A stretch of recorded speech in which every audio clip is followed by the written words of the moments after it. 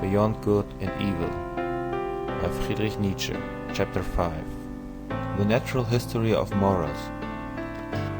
186.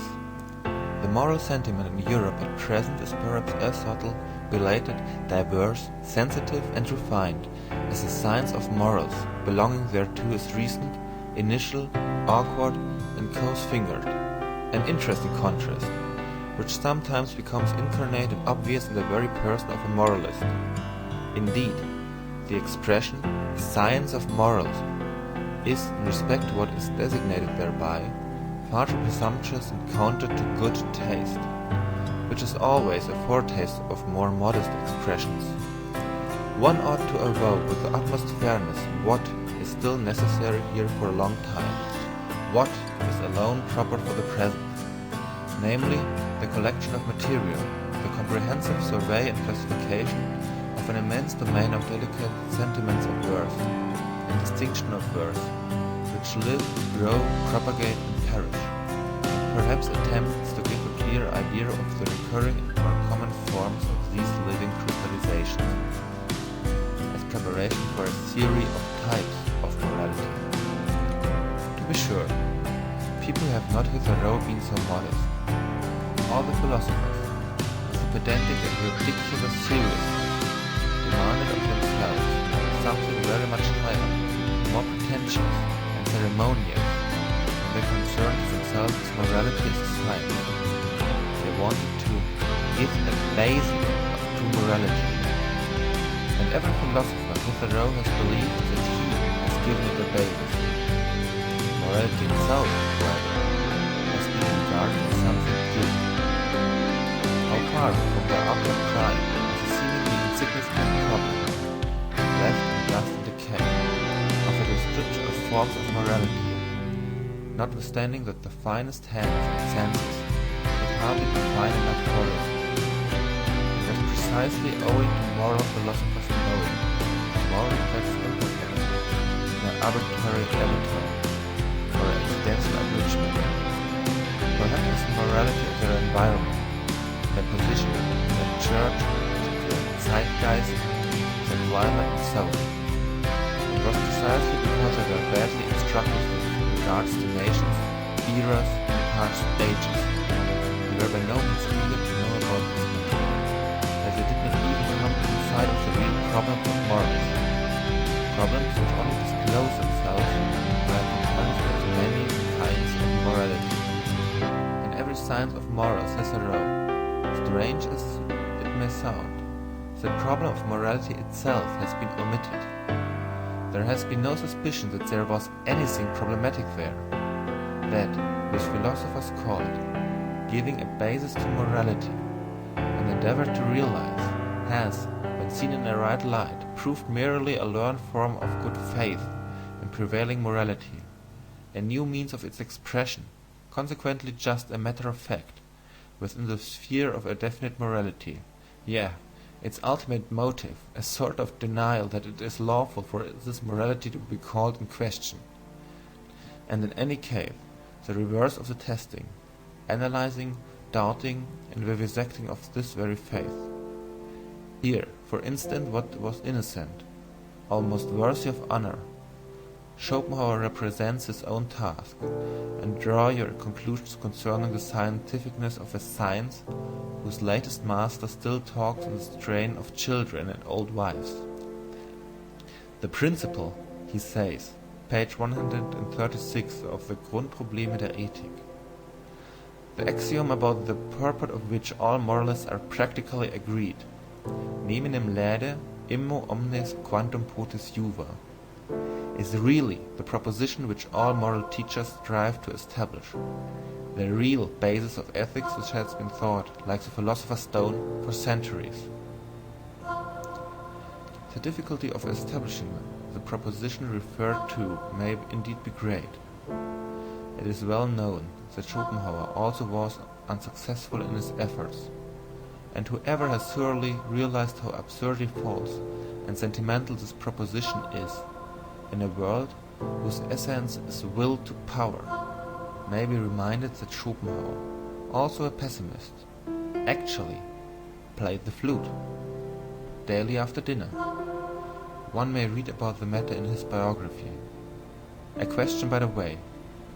A pessimist, a repudiator of God and of the world, who makes a halt at morality, who assents to morality and plays the flute to Lehre nehmen in morals. What? Is that really a pessimist? 187. Apart from the value of such assertion as there is a categorical imperative in us, one can always ask, what does such an assertion indicate about him who makes it? There are systems of morals which are meant to justify their author in the eyes of other people. Other systems of morals are meant to tranquilize him and make him self-satisfied. With other systems he wants to crucify and humble himself. With others he wishes to take revenge. With others to conceal himself. With others to glorify himself and give superiority and distinction. This system of morals helps its author to forget that system makes him, or something of him forgotten.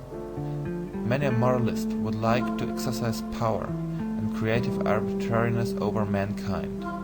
Many another, perhaps Kant especially, gives us to understand by his morals that what is estimable in me is that I know how to obey, and with you it shall not be otherwise than with me. In short, systems of morals are only a sign language of the emotions.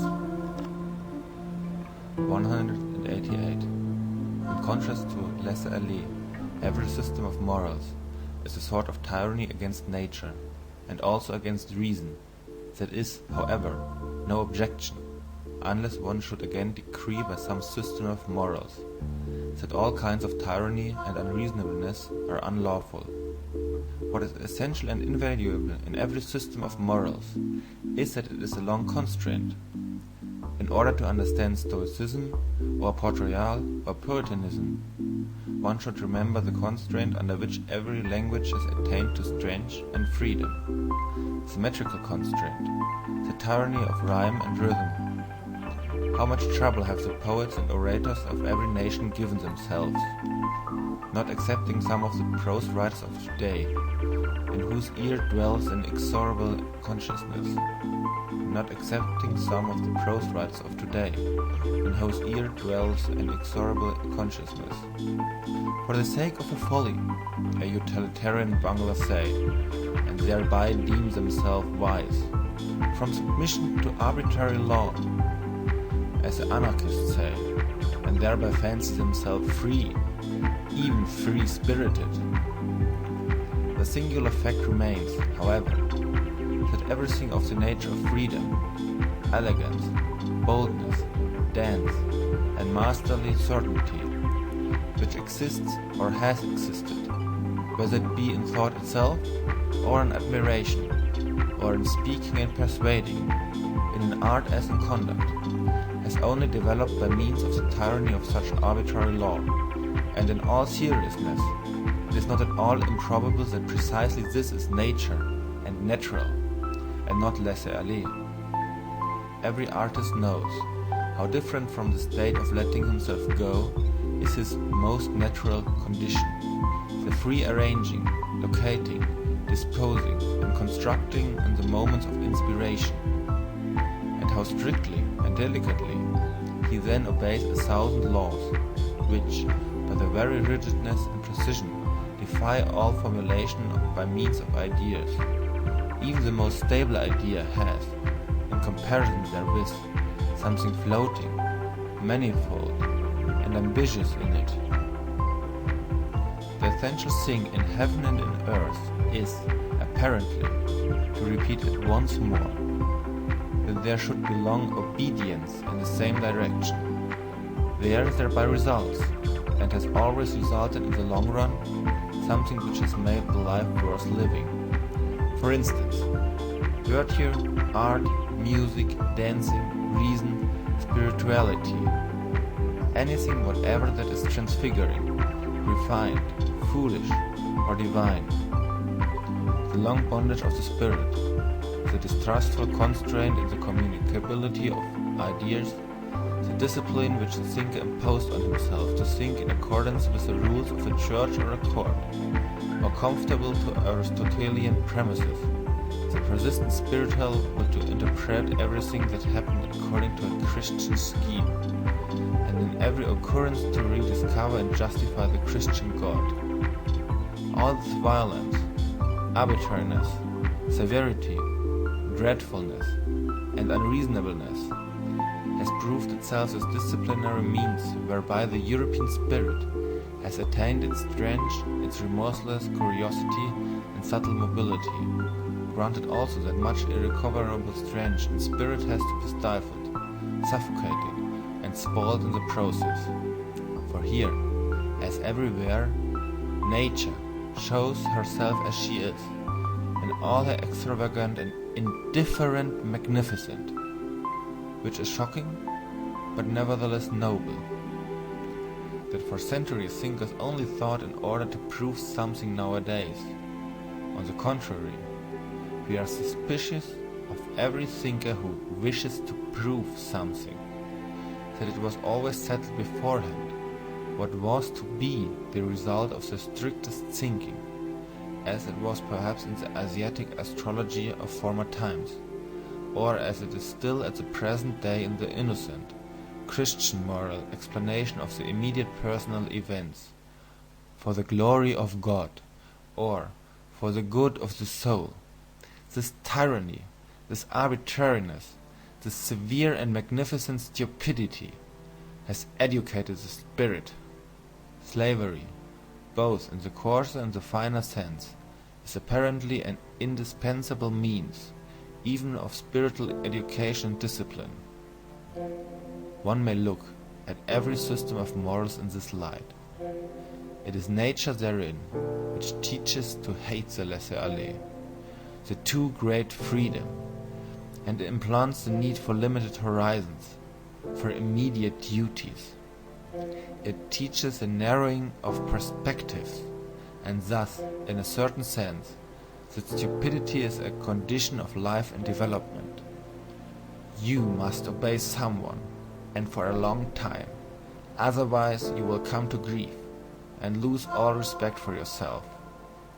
This seems to me the moral imperative of nature, which is certainly neither categorical, as old Kant wished, consequently the otherwise, nor does it address itself to the individual. What does nature care for the individual? But to nations, races, ages and ranks, above all, however, to the animal man generally, to mankind. 189. Industrious races find it a great hardship to be idle. It was a masterstroke of English instinct to hallow and begloom Sunday to such an extent that the Englishman unconsciously hankers for his week and workday again, as a kind of cleverly devised, cleverly intercalated fast, such as is also frequently found in the ancient world, although, as is appropriate in southern nations, not precisely with respect to work.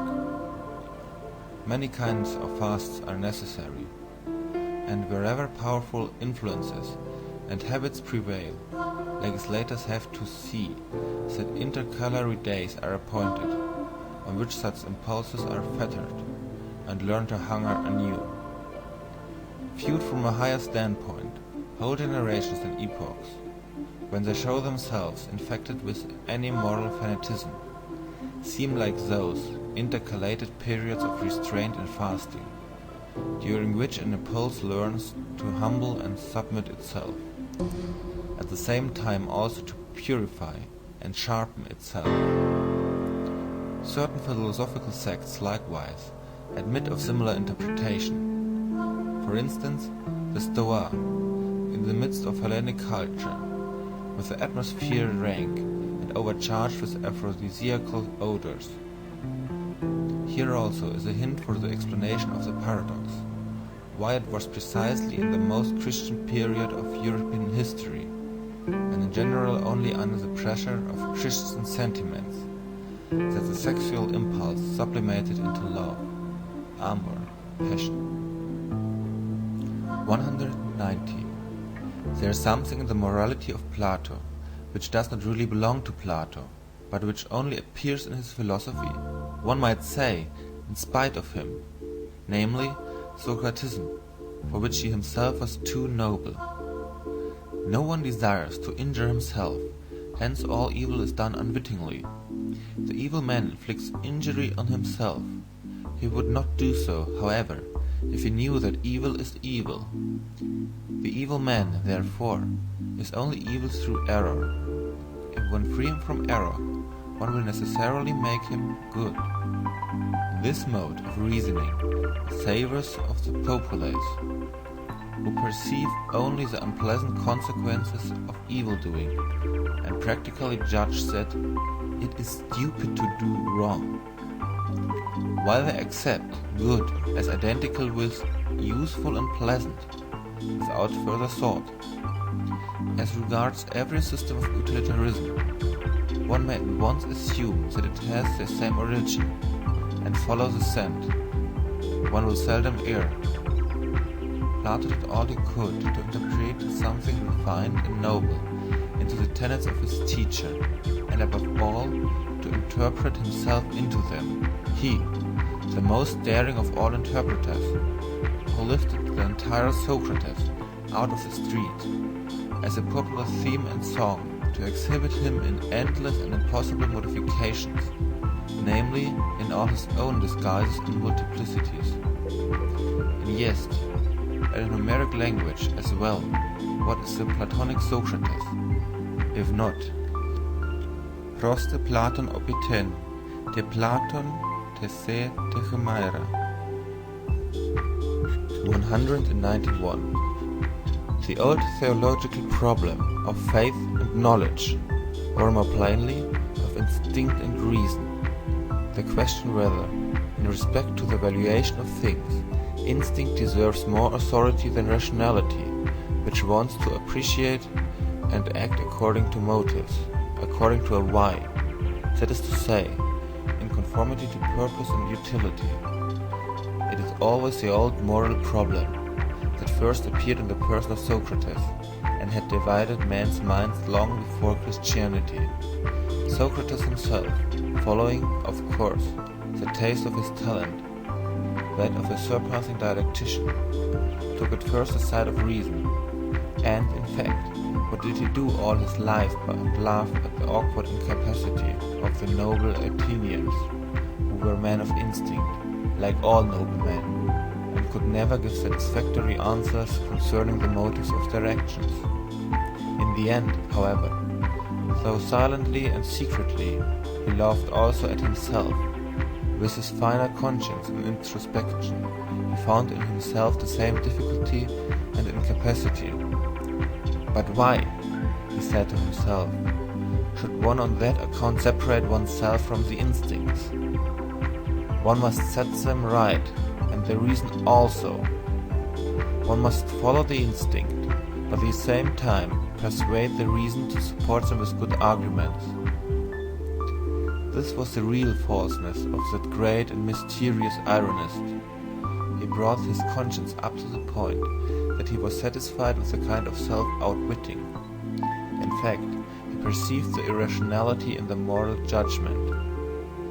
Plato, more innocent in such matters, and without the craftiness of the plebeian, wished to prove to himself, at the expenditure of all his strength, the greatest strength a philosopher had ever expended, that reason and instinct lead spontaneously to the one goal, to the good, to God, and since Plato, all theologians and philosophers have followed the same path, which means that in matters of morality, instinct, or as Christians call it, faith, or as I call it, the heart, has hitherto triumphed, unless one should make an exception in the case of Descartes, the father of rationalism, and consequently the grandfather of the revolution, who recognized only the authority of reason.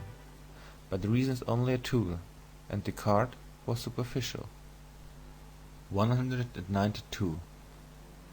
Whoever has followed the history of a single science finds in its development a clue to the understanding of the oldest and commonest processes of all knowledge and cognizance.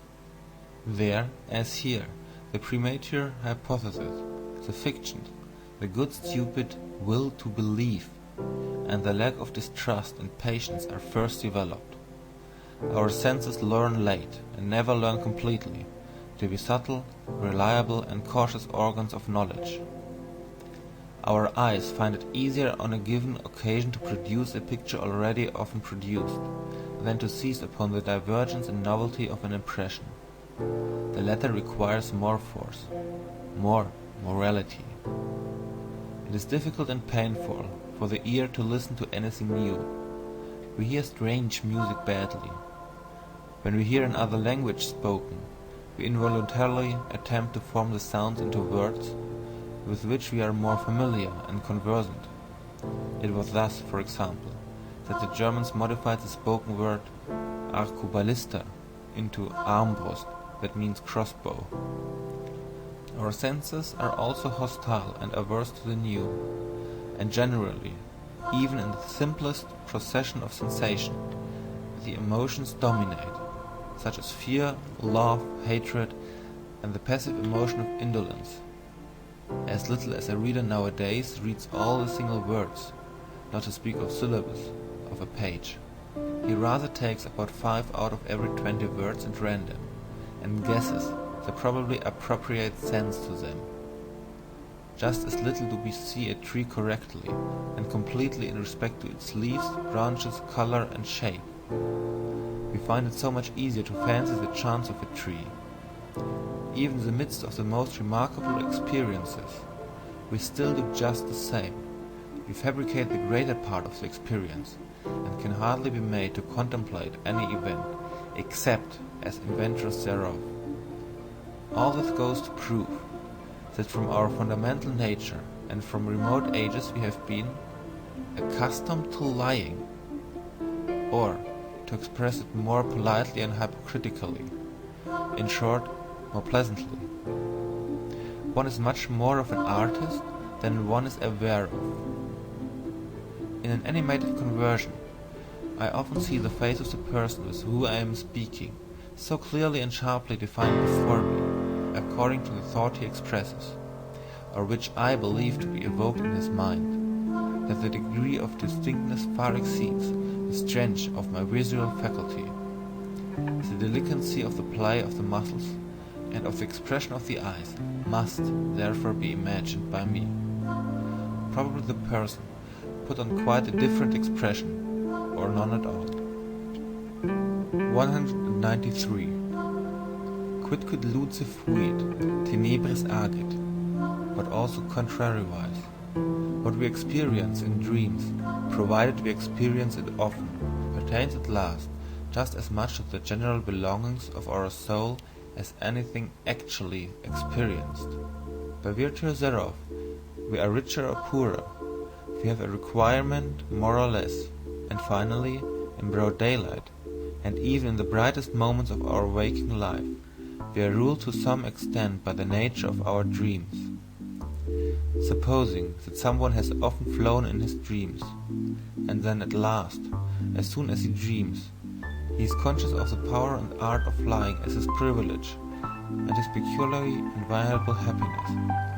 Such a person, who believes that on the slightest impulse he can actually all sorts of curves and angels, who knows the sensation of a certain divine levity, and upwards, without effort or constraint, and downwards, without ascending or lowering, without trouble. How could the man with such dream experiences and dream habits fail to find happiness differently colored and defined, even in his waking hours? How could he fail to long differently for happiness? Flight, such as is described by poets, must, when compared with his own flying, be far too earthly, muscular, violent, far too troublesome for him. 194. The difference among men does not manifest itself only in the difference of their lists of desirable things, in they regarding different good things as worth striving for, and being disagreed as to the greater or less value, the order of rank, of the commonly recognized desirable things. It manifests itself much more in what they regard as actually having and possessing a desirable thing. As regards to a woman, for instance, the control over her body and her sexual gratification serves as an amply sufficient sign of ownership and possession to the more modest man. Another, with a more suspicious and ambitious thirst for possession, sees the questionableness, the mere apparentness of such ownership, and wishes to have finer tests in order to know especially whether the woman not only gives herself to him, but also gives up for the sake what she has or would not like to have. Only then does he look upon her as possessed. A third, however, has not even here got to the limit of his distrust and his desire for possession. He asks himself whether the woman, when she gives up everything for him, does not perhaps do so far for a phantom of him. He wishes first to be thoroughly, indeed, profoundly well known. In order to be loved at all, he ventures to let himself be found out. Only then does he feel the beloved one fully in his possession, when she no longer deceives herself about him, when she loves him just as much for the sake of his devilry and concealed insatiability as for his goodness, patience, and spirituality. One man would like to possess a nation, and he finds all the higher arts of Cagliostro and Catalina suitable for his purpose. Another, with a more refined thirst of possession, sighs to himself, one may not deceive where one desires to possess. He is irritated and impatient at the idea that a mask of him should rule in the hearts of the people. I must, therefore, make myself known, and first of all learn to know myself. Among helpful and charitable people, one almost always finds the awkward craftiness which first gets up suitable him who has to be helped, as though, for instance, he should merit help, seek just their help, and would show himself deeply grateful, attached, and subservient to them for all help. With these conceits, they take control of the needy as a property, just as in general they are charitable and helpful out of a desire for property. One finds them jealous when they are crossed or forestalled in their charity. Parents involuntarily make something like themselves out of the children. They call that education. No mother doubts at the bottom of her heart that the child she has born is thereby her property. No father hesitates about his right to his own ideas and notions of worth. Indeed, in former times fathers deemed it right to use their discretion concerning the life or death of the newly born, as among the ancient Germans. And like the father, so also do the teacher, the class, the priest, and the prince still see in every new individual an unobjectionable opportunity for new possession. The consequence is 195. The Jews, a people born for slavery, as Tacitus and the whole ancient world say of them. The chosen people among the nations, as they themselves say and believe. The Jews performed the miracle of the inversion of valuations, by means of which the life on earth obtained a new and dangerous charm for a couple of millenniums. Their prophets fused into one the expressions rich, godless, wicked, violent, sensual, and for the first time coined the word world as a term of reproach.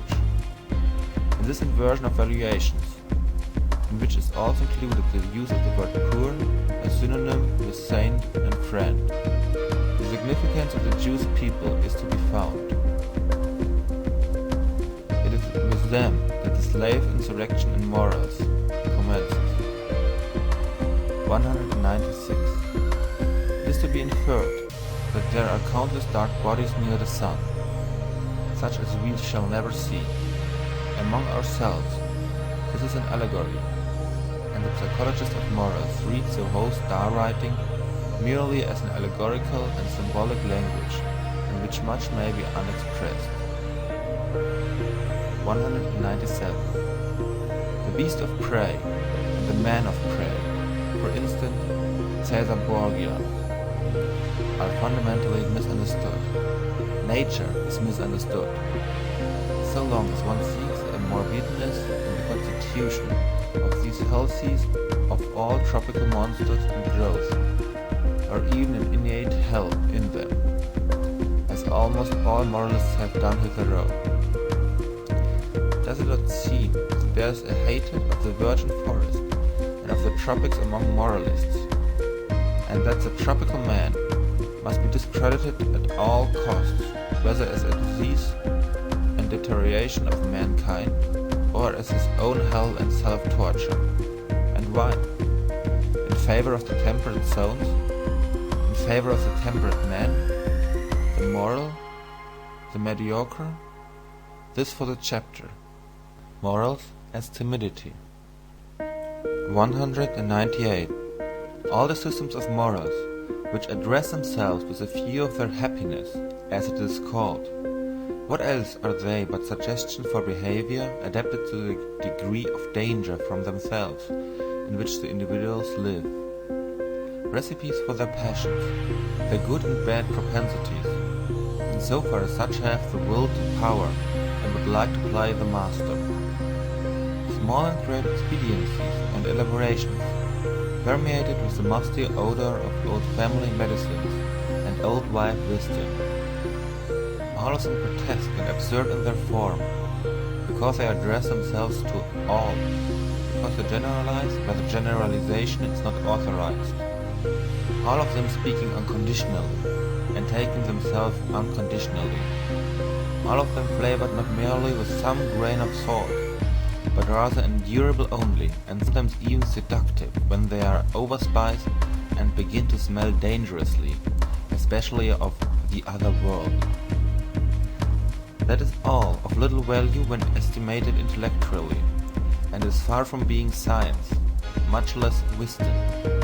But, repeated once more, and 3 times repeated, it is expediency, expediency, expediency, mixed with stupidity, stupidity, stupidity.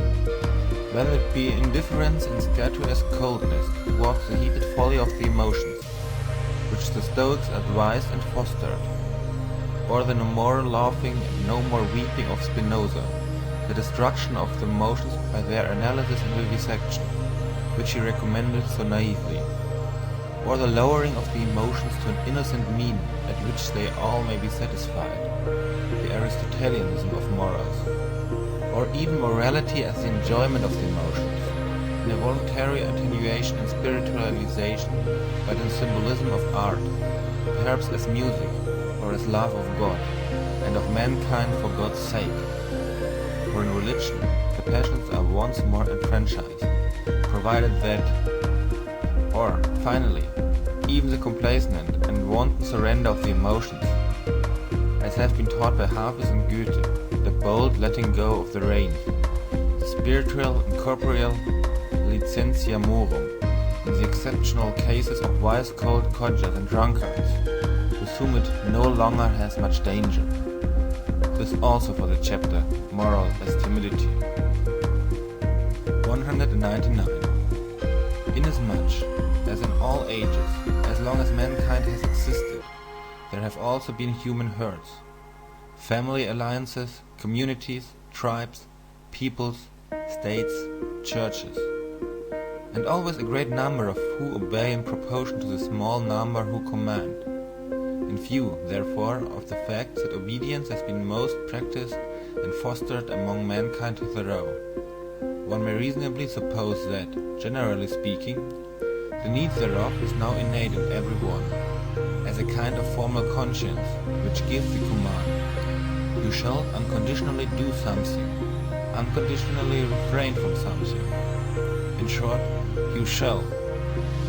This need tries to satisfy itself, and to fill its form with a content, according to its strength, impatience, and eagerness.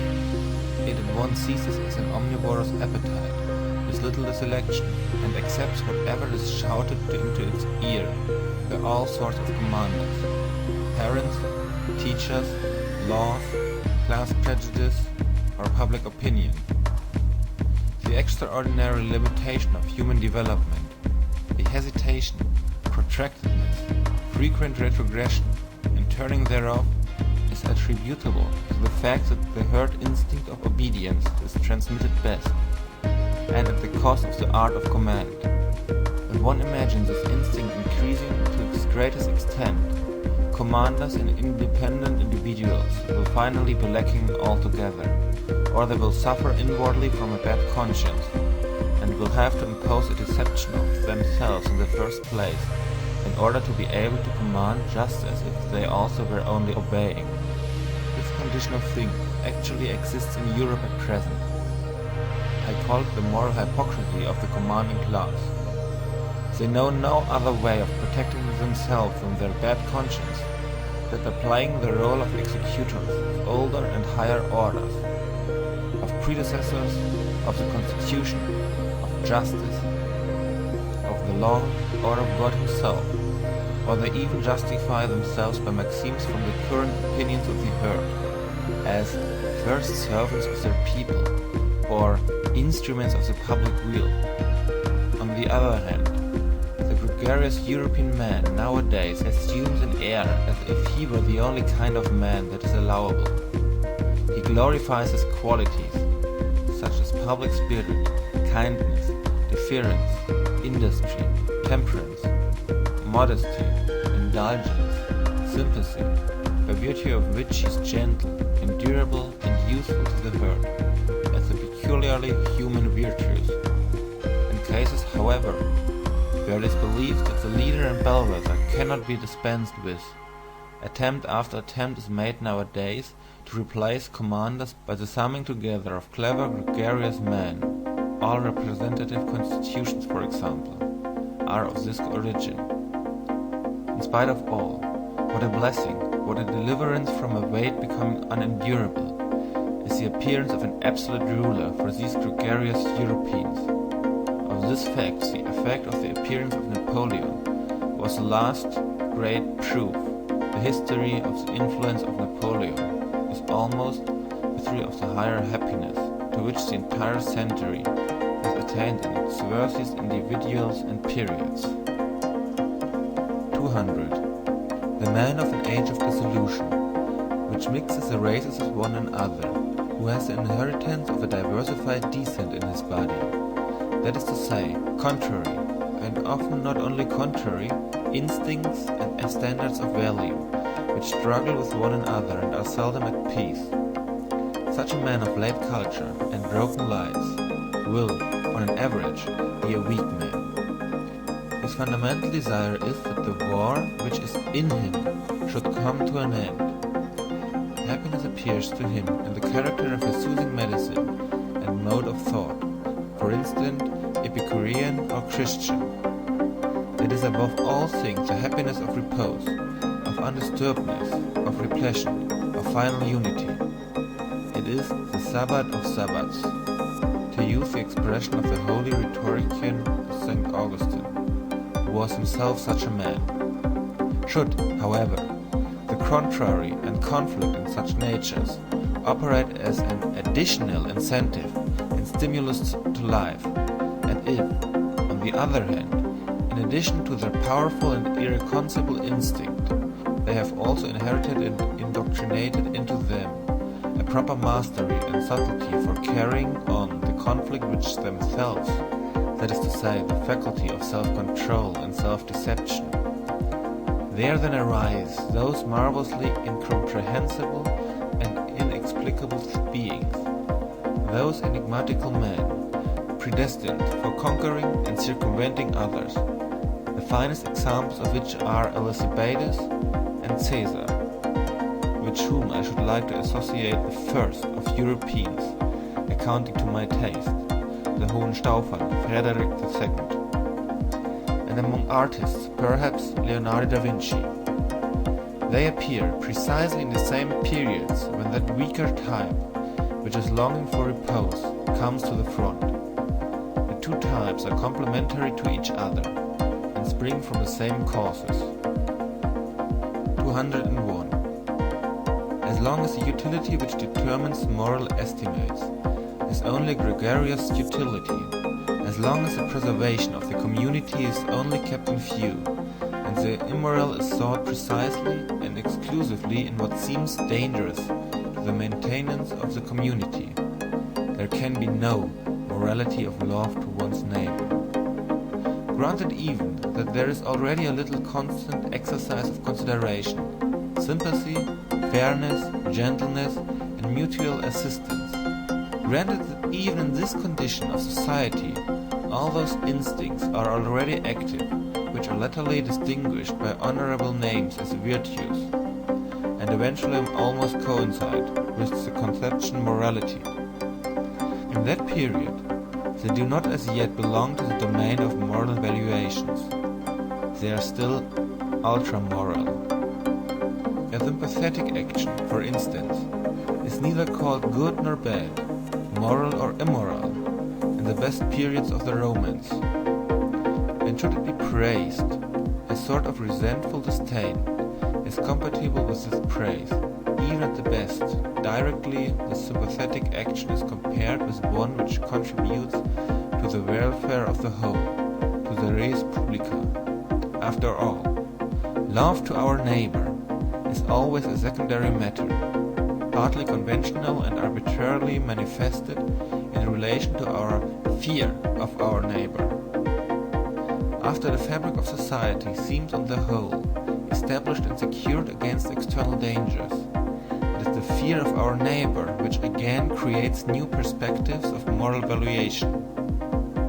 Certain strong and dangerous instincts, such as the love of enterprise, foolhardiness, revengefulness, astuteness, rapacity, and love of power, which up till then has not only been honored from the point of view of general utility, under other names, of course, than those here given, but had to be fostered and cultivated, because they were perpetually required in the common danger against the common enemies, are now felt in the dangerousness to be doubly strong. When the outlets for them are lacking, and are gradually branded as immoral and given over calumny, the contrary instincts and inclinations now attain to moral honor. The gregarious instinct gradually draws its conclusions. How much or how little dangerousness to the community or to equality is contained in an opinion, a condition, an emotion, a disposition, or an endowment. That is now the moral perspective. Here again fear is the mother of morals. It is by the loftiest and strongest instinct, when they break out passionately and carry the individual far above and beyond the average, and the low level of the gregarious conscience, that the self-reliance of the community is destroyed, its belief in itself, its backbone, as it were, breaks. Consequently, these very instincts will be most branded and defamed. The lofty independent spirituality, the will to stand alone, and even the cogent reason are felt to be dangerous. Everything that elevates the individual above the herd, and is a source of fear to the neighbor, is henceforth called evil. The tolerant, unassuming, self-adapting, self-equalizing disposition, the mediocrity of desires, attains to moral distinction and honor. Finally, under very peaceful circumstances, there is always less opportunity and necessity for training the feelings to severity and rigor. And now every form of severity, even injustice, begins to disturb the conscience. A lofty and rigorous nobleness and self-responsibility almost offends, and awakens distrust. The lamb, and still more, the sheep, wins respect. There is a point of diseased mellowness and effeminacy in the history of society, at which society itself takes the part of him who injures it, the part of the criminal, and does so, in fact, seriously and honestly. punish appears to it to be somehow unfair. It is certain that the idea of punishment and the obligation to punish are then painful and alarming to people. Is it not sufficient that the criminal be rendered harmless? Why should we still punish? Punishment itself is terrible. With these questions, gregarious morality, the morality of fear, draws its ultimate conclusion. If one could at all do away with danger, the cause of fear, one would have done away with this morality at the same time. It would no longer be necessary. It would not consider itself any longer necessary. Whoever examines the conscience of the present-day European will always elicit the same imperative from its thousand moral faults and hidden recesses, the imperative of the timidity of the herd. We wish that some time or other there may be nothing more to fear. Some time or other, the will and the way thereto is nowadays called progress all over Europe. 202. Let us at once say again what we have already said 100 times, for people's ears nowadays are unwilling to hear such truths, our truths. We know well enough how offensive it sounds when anyone plainly, and without metaphor, counts man among the animals. But it will be accounted to us almost a crime, that it is precisely in respect to men of modern ideas that we have constantly applied the terms herd instincts, and such like expressions. What avail is it? We cannot do otherwise, for it is precisely here that our new insight is. We have found that in all the principal moral judgments, Europe has become unanimous, including likewise the countries where European influence prevails. In Europe, people evidently know what Socrates thought he did not know, and what the famous serpent of old once promised to teach. They know today what is good and evil. It must then sound hard and be distasteful to the ear, when we always insist that that which here thinks it knows, that which here glorifies itself with praise and blame, and calls itself good, is the instinct of the herding human animal, the instinct which has come and is ever coming more and more to the front, to preponderance and supremacy over other instincts, according to the increasing physiological approximation and resemblance of which is the symptom. Morality in Europe at present is herding animal morality, and therefore, as we understand the matter, only one kind of human morality, besides which, before which, and after which many other moralities, and above all higher moralities, are or should be possible. Against such a possibility, against such a should be, however, this morality defends itself with all its strength. It says obstinately and inexorably, I am morality itself, and nothing else is morality. Indeed, with the help of a religion which has humoured and flattered the sublime desires of the herding animal, things have reached such a point that we always find a more visible expression of this morality, even in political and social arrangements. The democratic movement is the inheritance of the Christian movement. That its tempo, however, is much too slow and sleepy for the more impatient ones, for those who are sick and distracted by the herding instinct, is indicated by the increasingly furious howling and always less disguised teeth-gnashing of the anarchist dogs, who are now roving through the highways of European culture, apparently in opposition to the peacefully industrious democrats and revolution ideologies, and still more so to the awkward philosophers and fraternity visionaries who call themselves socialists and want a free society. Those are really at one with them in all their thorough and instinctive hostility to every form of society other than the autonomous herd, to the extent even of repudiating the notions master and servant. Nietzsche says a socialist's formula, and one in the tenacious opposition to every special claim, every special right and privilege. This means ultimately opposition to every right. For when we are all equal, no one needs the rights any longer. At one in their distrust of punitive justice, as though it were a violation of the weak, unfair to the necessary consequences of all former society. But equally at one in their religion of sympathy, in their compassion for all that feels, lives and suffers, down to the very animals, up even to God. The extravagance of the sympathy for God belongs to a democratic age.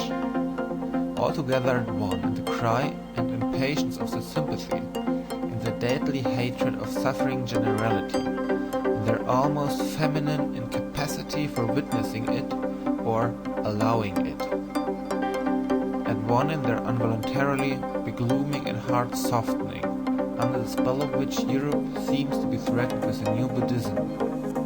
At one in their belief in the morality of mutual sympathy, as though it were morality in itself, the climax, the attained climax of mankind, the sole hope of the future, the consolation of the present, the great discharge from all the obligations of the past.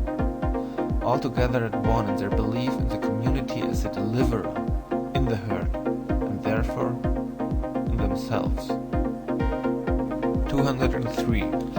We, who hold a different belief, we, who regard the democratic movement not only as a degenerating form of political organization, but as equivalent to a generating, a waning type of man, as involving his mediocrizing and deprecation.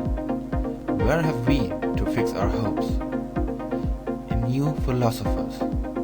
There is no other alternative.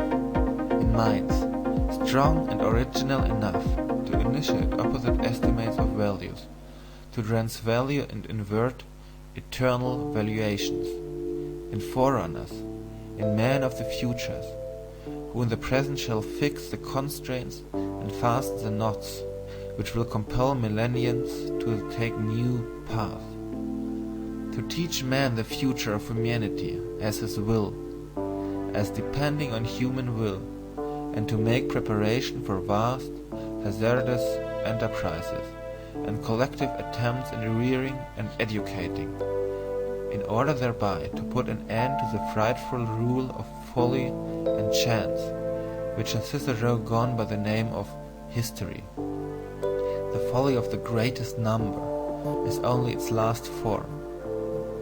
For that purpose, a new type of philosopher and commander will some time or other be needed, and the very idea of which everything that has existed in the way of occult, terrible, and benevolent beings might look pale and dwarfed. The image of such leaders hovers before our eyes. Is it lawful for me to say it aloud? We free spirits. The conditions which one would partly have to create and partly utilize for their genesis. The presumptive methods and tests by virtue of which a soul should grow up to such an elevation and power as to feel a constraint to these tasks, a transvaluation of values, under the new pressure and hammer of which a conscience should be steel and a heart transformed into brass, so as to bear the weight of such responsibility, and on the other hand the necessity for such leaders, and on the other hand the necessity for such leaders, the dreadful danger that they might be lacking or miscarry and degenerate. These are our real anxieties and glooms. We know it well, we free spirits. These are the heavy distant thoughts and storms which sweep across the heaven of our life. There are few pains so grievous as to have seen, divined, or experienced how an exceptional man has missed his way and deteriorated. But he, who who has a rare eye for the universal danger of man himself deteriorating, he who, like us, has recognized the extraordinary fortitude which has hitherto played its game in respect of the future of mankind, a game in which neither the hand nor even a finger of God has participated. He who divines the fate that is hidden under the idiotic unwariness and blind confidence of modern ideas, and still more under the whole of Christo-European morality suffers from an anguish with which no other is to be compared. He sees at a glance all that could still be made out of man through a favorable accumulation and augmentation of human powers and arrangements.